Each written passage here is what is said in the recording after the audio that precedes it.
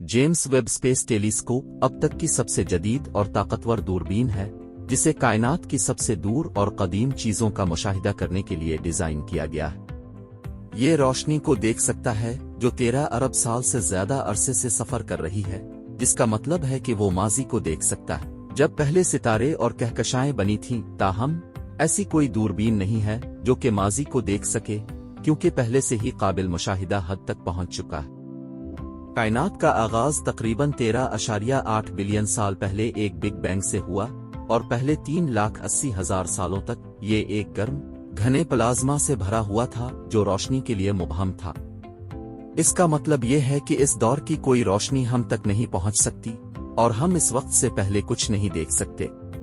JWST पहली रोशनी को देख सकेगा जो कायनाती तारीख दौर से उभरी थी, जब प्लाज्मा ठंडा होकर गैर जानिबदार एटम बना। लिहाजा अगर आपके माजी को देखना चाहते हैं तो आपको एक दूरबीन की जरूरत होगी जो रोशनी के अलावा किसी और चीज का पता लगा सके, जैसे कि कशिश शक्ल की लहरें या न्यूट्रिनो।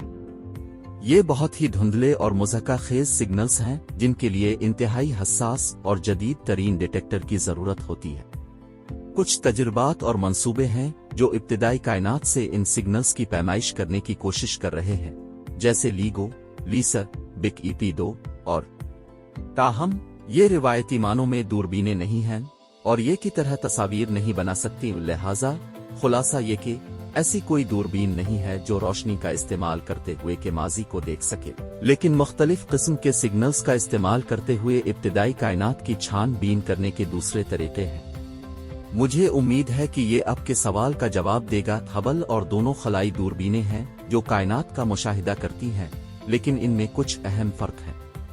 यहाँ कुछ अहम हैं। टूल मौज हबल बुनियादी तौर पर बालाए बनफशी और मरी रोशनी को देखता है, कुछ ऑर्किड की सलाहियत के साथ। को इंफ्रारेड रोशनी के लिए मौजू बनाया गया है जो उसे माजी की गहराइयों में और धूल और गैस के जरिए देखने की इजाजत देता है जो नजर आने वाली रोशनी को रोकती है।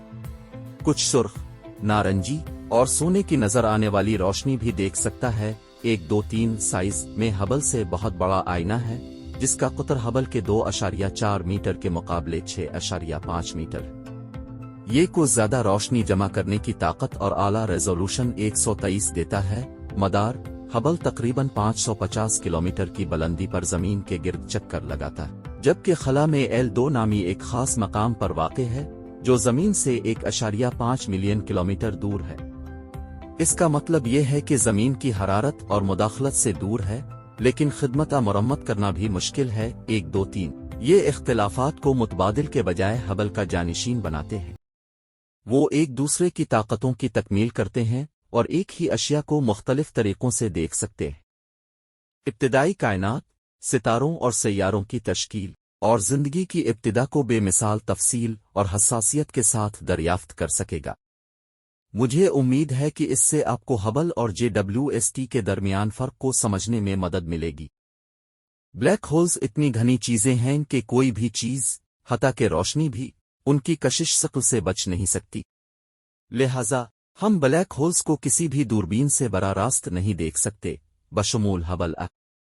ताहम हम उनके अर्द गिर्द ब्लैक होल्स के असरात देख सकते हैं, जैसे गर्म गैस और धूल जो उनके गिर्द घूमती है और मुख्तलिफ तूल मौजों में रोशनी खारिज करती है। हबल और JWST में ब्लैक होल्स के आसपास के इलाकों से रोशनी का मुशाहिदा करने की मुख्तलिफ सलाहियतें हैं। हबल बुनियादी तौर पर बालाए बनफशी और मरी रोशनी को देख सकता है, कुछ ऑर्किड की सलाहियत के साथ। को इंफ्रारेड रोशनी के लिए मौजू बनाया गया है जो उसे माजी की गहराइयों में और धूल और गैस के जरिए देखने की इजाजत देता है जो नजर आने वाली रोशनी को रोकती है। कुछ सुर्ख, नारंगी और सोने की नजर आने वाली रोशनी दो भी देख सकता है।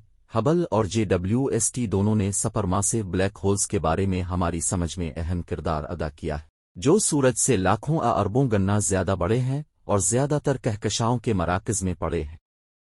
हबल ने 10 बिलियन साल पहले ब्लैक होल की तरक्की के उरूज के दौर की तहकीकात में हमारी मदद की है।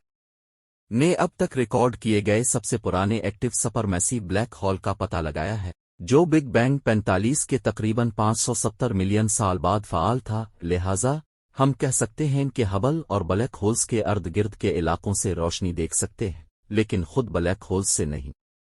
وہ ہمیں یہ مطالعہ کرنے میں بھی مدد کر سکتے ہیں کہ وقت کے ساتھ ساتھ بلیک ہولز کیسے بنتے اور تیار ہوتے ہیں۔